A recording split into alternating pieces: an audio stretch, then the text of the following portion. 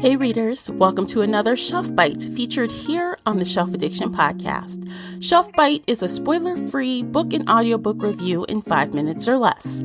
I'm your host, Tamara Ford, and if you'd like to chat with me about the book reviewed in this episode, you can find me on Twitter and Instagram at Shelf Addiction. Also, hang with me and other book nerds in our Facebook group, Shelf Addiction Official. If you enjoyed this episode, please support this podcast by sharing it with one book nerd friend or on your favorite social media platform. That will really help me out and I appreciate it. Okay, let's jump into it.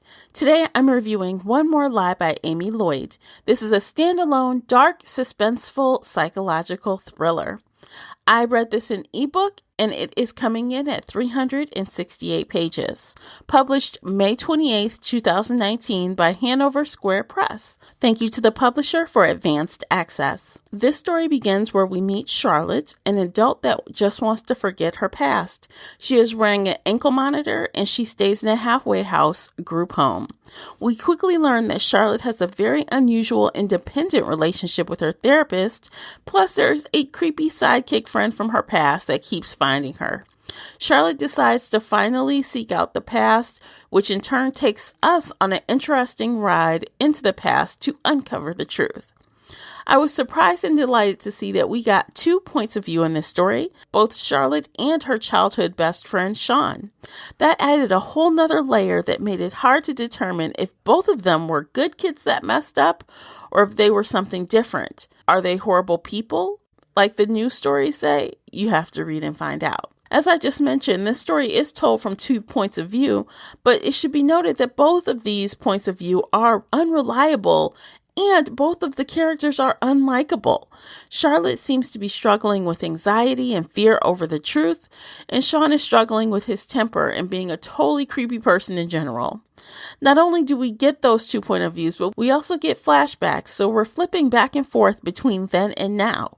Amy Lloyd gets bonus points for pulling off this sort of storytelling. Sometimes it's hard for authors to accomplish this successfully without confusing the plot. Lloyd does this well with both 2 points of view in addition to the now and then. The entire time I was thinking, what exactly did Charlotte do? What did Sean do? What did they do?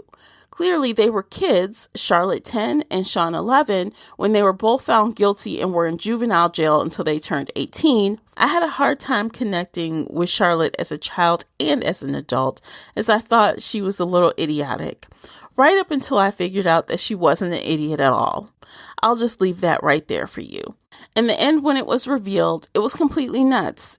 I knew it would be bad, but wow, this was really bad. Just a side note, I think I understand how the title ties in because these 2 main characters cannot tell the truth to save their own lives.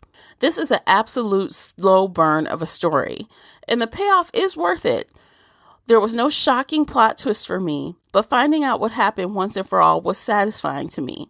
The author handled some very difficult subject matters, which some would consider disturbing to read, in a delicate manner. The book took me almost 2 weeks to finish, and for me that is a very long time. I'd pick it up and put it down and pick it up and put it down, and that just kept happening over and over while I read other books in between. And I think that contributes again to the slow pace and burn of this book. But when it was all said and done, I was happy with the end, and the last 1/3 of the book was really excellent. I rated One More Lie 3 out of 5 bookmarks. I recommend this title for readers who enjoy a character-focused, slow burn thriller. Thanks for listening. I'll catch you on the next episode. And until next time, happy reading. Take care, everyone.